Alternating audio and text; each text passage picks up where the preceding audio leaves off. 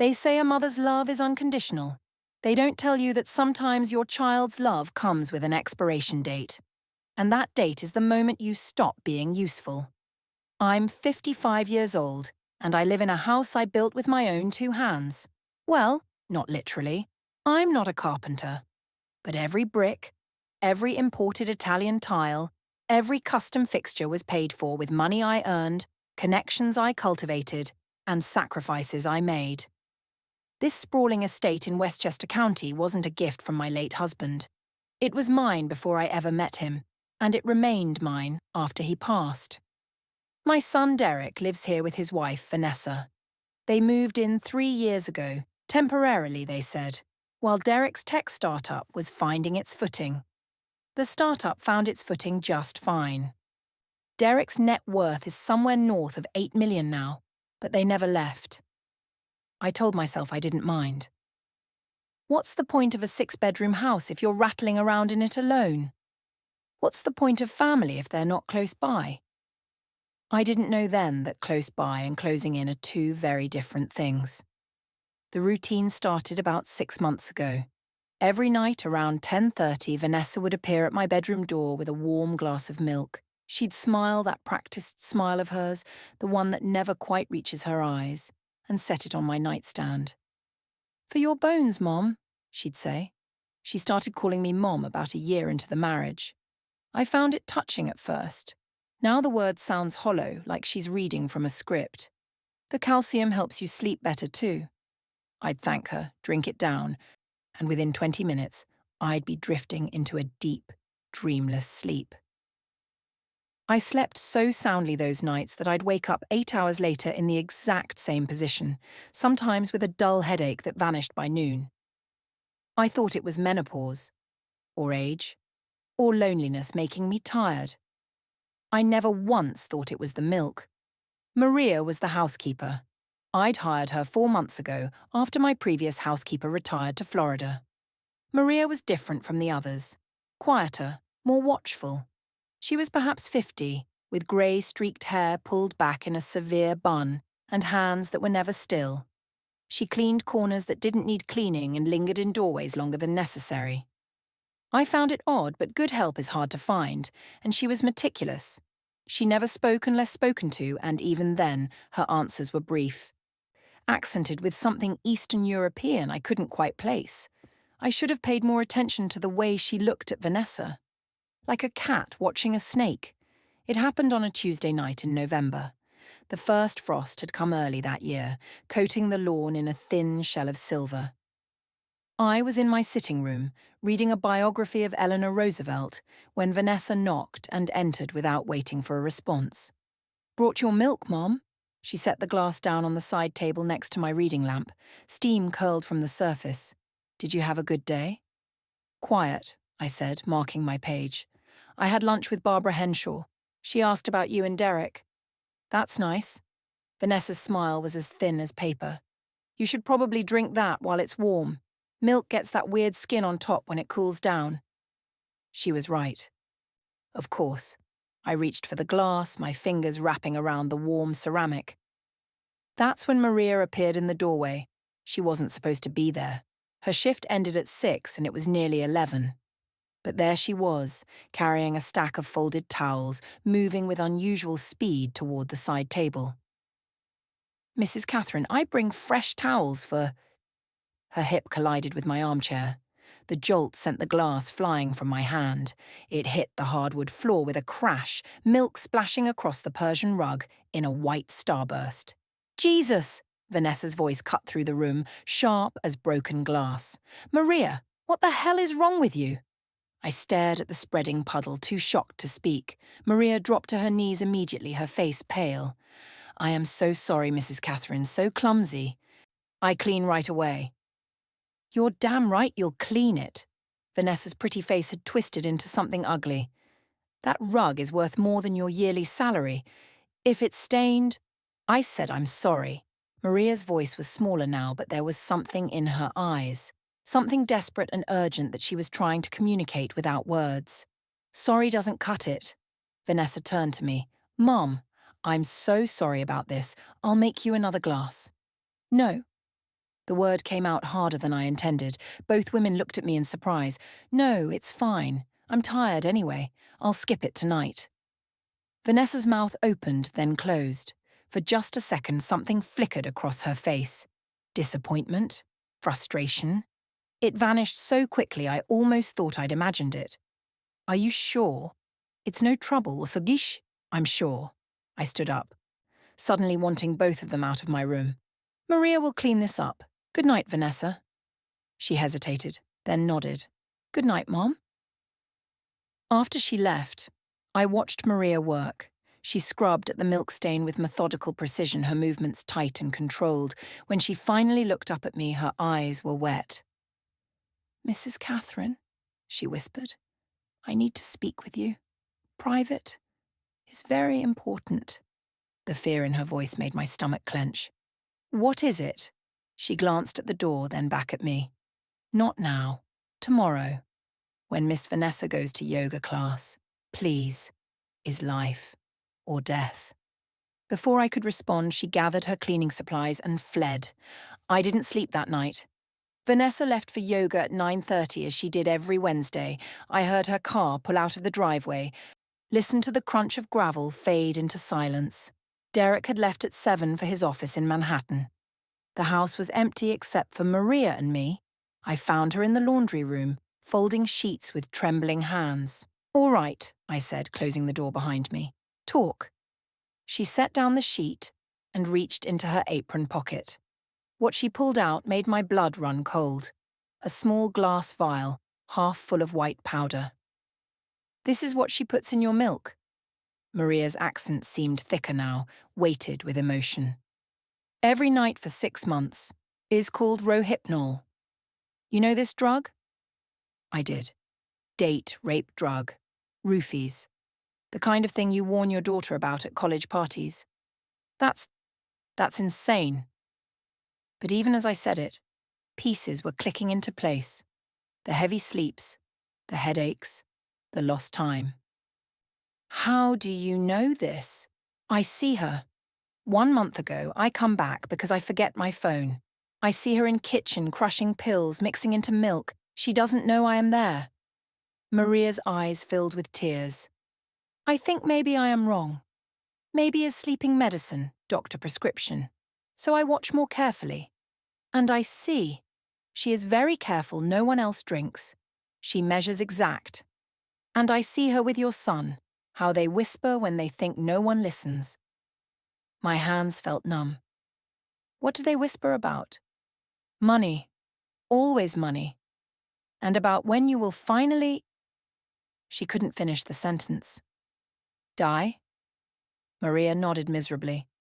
I think they plan to make it look like natural. Old woman, sleeping pills, maybe heart stops in sleep. No one asks questions. I sat down heavily on the folding table, my mind racing. Why didn't you go to the police? With what proof? I am housekeeper. She is daughter-in-law of rich woman. Who will believe me? Maria's voice cracked. But I cannot let them kill you. So I make the glass fall. I am sorry for the rug. Fuck the rug. The word felt foreign in my mouth. I hadn't cursed in years, but rage was building in my chest like a storm. My son. Derek is part of this? I am sorry, Mrs. Catherine, but yes. I hear him say he is tired of waiting, that you live too long already. The laundry room suddenly felt airless. My son. The baby I'd carried, nursed, raised. The boy I'd sacrificed everything for. He wanted me dead. Mrs. Catherine, we must call police now, today, before tonight's milk. But I was thinking of something else. Something Maria had said. They're tired of waiting. What are they waiting for? Maria looked confused. For you to die, I think. No, before that. What were they waiting for before they started drugging me? I stood up, steadied myself against the table. When did this start? 6 months ago, you said? Yes, around then. 6 months ago. What had happened 6 months ago? My lawyer had visited. We'd discussed. Oh no. I keep my important documents in a safe in my study. Maria watched from the doorway as I spun the combination lock with shaking fingers. Inside was a manila folder containing my will, my trust documents, my property deeds. I pulled out the will and scanned it quickly, my heart pounding. There it was, the revision I'd made 6 months ago on my lawyer's recommendation. I'd thought I was being responsible, forward-thinking. I'd been signing my own death warrant. The previous version had left everything to Derek in a standard inheritance with tax implications. The new version, the one I'd stupidly mentioned to him and Vanessa over dinner, proud of my financial planning, put everything in an irrevocable trust. Derek would receive generous quarterly distributions, but the bulk of the estate would be locked up until he turned 55. Unless I died. If I died, the trust dissolved, and Derek inherited everything outright, $53 million in assets. Immediately. I'd thought I was protecting his future. Instead, I'd given him a reason to end mine. Mrs. Catherine? Maria's voice seemed to come from very far away. You are pale. Please sit down.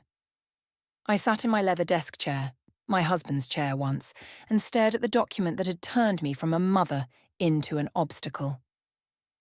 $53 million. Was that what I was worth to my son? Not my love, not my guidance, not the years I'd devoted to his happiness. Just the dollar amount he'd get if I stopped breathing. We call police now? Maria asked gently. I looked up at her. This woman who owed me nothing. This woman who'd risked her job, maybe her safety to save my life.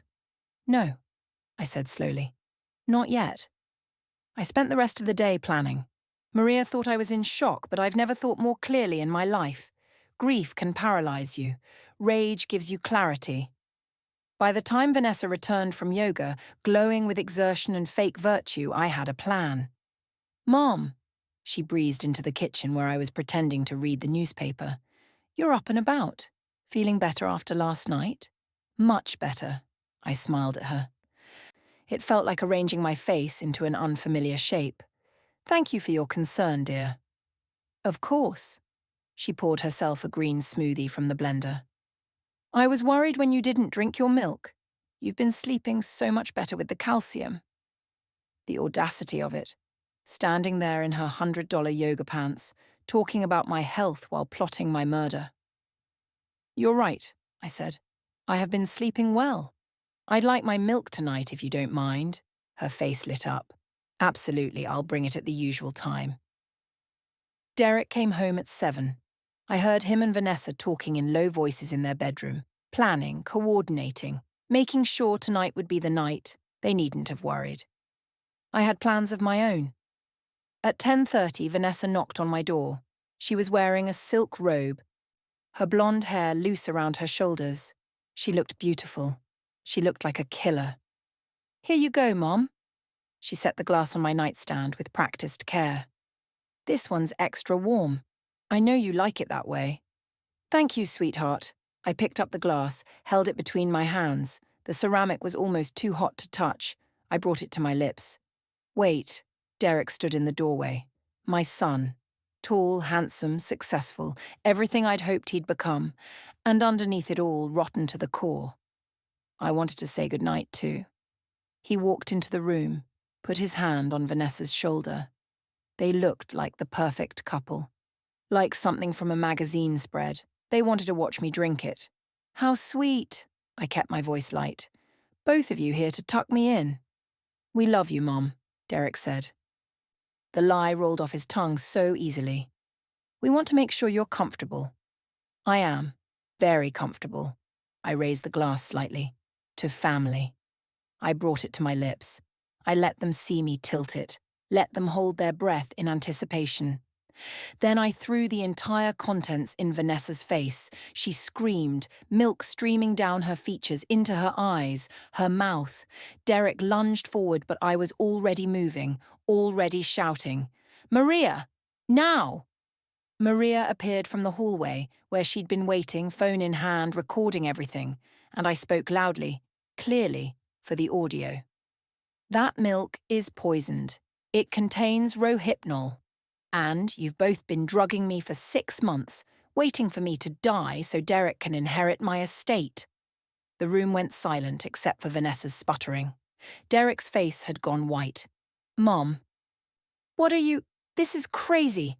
The glass is evidence now. Maria saw you crush the pills, Vanessa. She's witnessed your conversations, and I've had the previous night's milk tested. A lie, but a useful one. The police lab has confirmed the presence of sedatives. You're insane. Vanessa's voice was shrill, desperate. Derek, your mother has lost her mind. Has she? Maria stepped forward, phone raised. Because I have video from tonight. You bringing milk, her throwing it. And now I record this conversation too. Derek's expressions cycled through denial, anger, calculation. I watched him search for an exit, a story, a way out. My brilliant son, finally trapped by his own greed. You can't prove anything, he said finally. She's an old woman. Everyone knows she's been acting strange lately. Strange like how? I cut him off. Strange like sleeping 14 hours a day. Strange like forgetting entire evenings. That's what happens when someone drugs you nightly for 6 months, Derek. We were helping you sleep. Without my knowledge, without my consent, with a controlled substance. I stood up from my chair and I swear I grew 6 inches. Rage will do that. Do you have any idea what you've done? What you've both done? Vanessa was crying now, black mascara tracking down her cheeks. It wasn't supposed to be like this. You weren't supposed to know. I wasn't supposed to know my own son wanted me dead.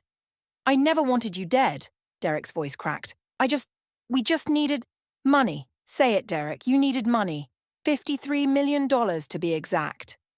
His silence was confirmation. You know what's funny? I walked to my nightstand, opened the drawer, pulled out a document. I was going to change my will. Again, I was going to dissolve the trust and give you everything now because I thought you'd earned it. I thought you were mature enough, responsible enough. I was going to tell you tomorrow. I let that sink in, watched them realize they'd almost killed me for money they would have gotten anyway. But now… I tore the document in half. The sound was satisfying.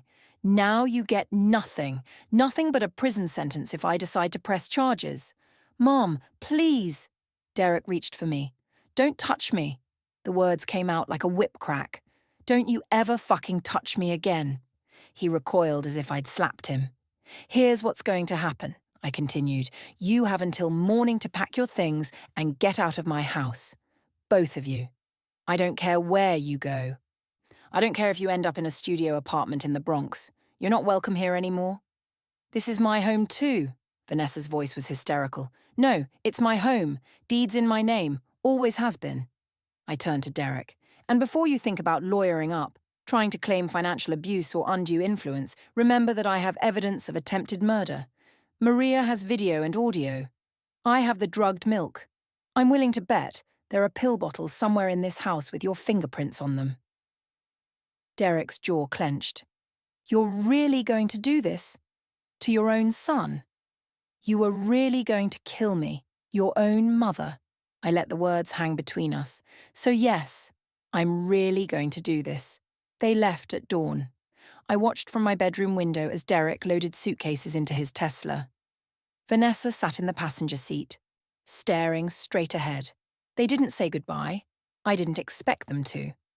Maria stood beside me, her hand resting gently on my shoulder. You are a very strong woman, she said quietly. I'm a woman who should have known better. I turned away from the window. I gave him everything. Love, money, opportunities. And I raised a monster. You raise a child. What he becomes, that is his choice. Not your fault. Maybe. I wanted to believe that. But the guilt was a weight I'd carry for the rest of my life. 2 weeks later, I was in my lawyer's office, signing new documents. This time, Maria sat beside me. You're sure about this? Richard, my attorney for 20 years, peered at me over his reading glasses. Completely sure. The new will was simple. A portion for charity, women's shelters, organisations that help domestic violence survivors. A trust for any future grandchildren, should Derek ever have them, and should they want a relationship with me. and the rest to Maria, the woman who'd saved my life without expecting anything in return.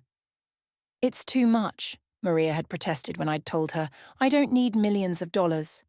"And that's exactly why you deserve it. You didn't save me for money. You saved me because it was the right thing to do." She'd cried then.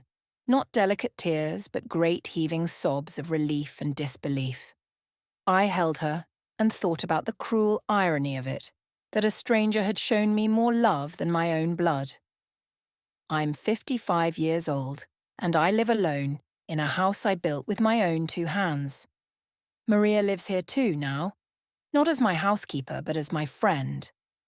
We've converted the West Wing into her apartment. She started taking English classes at the community college. She wants to write a book about her life in Romania under Ceausescu. I think she will. Derek calls sometimes. I don't answer. He's sent letters. Long, rambling apologies that blame Vanessa, blame stress, blame everything but himself. I don't read past the first paragraph. Forgiveness is what people expect from mothers. They think maternal love is infinite, unbreakable, unconditional. They're wrong. Love requires trust, and trust, once shattered, can never be fully restored. I heard through mutual acquaintances that Derek and Vanessa are divorcing. She's suing him for half of what he doesn't have. He's living in a rental in Queens, his startup struggling, his reputation in tech circles damaged by whispers about his character. I feel a distant sort of satisfaction at that. Not joy, I can't feel joy about my son's downfall, but justice. The universe has a way of balancing the scales. Last week, I ran into Barbara Henshaw at the country club. She asked about Derek with that careful tone people use when they know something's wrong but don't want to pry. "We're estranged," I said simply. "He made choices I can't forgive." Barbara nodded, squeezed my hand. "Family isn't always blood, Catherine. Sometimes it's the people who show up when blood fails you." She's right. Every evening now, around 10:30, Maria brings me tea. Sometimes chamomile, sometimes mint. We sit in the conservatory and talk about books, politics, her grandchildren back in Bucharest whom she'll finally have the money to visit. She never brings me warm milk, and I sleep just fine. They say a mother's love is unconditional. But they don't tell you that even unconditional love has its breaking point. And that breaking point is when your child hands you a poisoned glass and asks you to drink. I used to think the worst betrayal would come from strangers, from the world outside my door. I was wrong. The worst betrayals come from the people you trust most, dressed in familiar faces, wrapped in words like love and family. But here's what I learned. When blood betrays you, you find your real family among the people who stand between you and the knife. Maria didn't have to save me.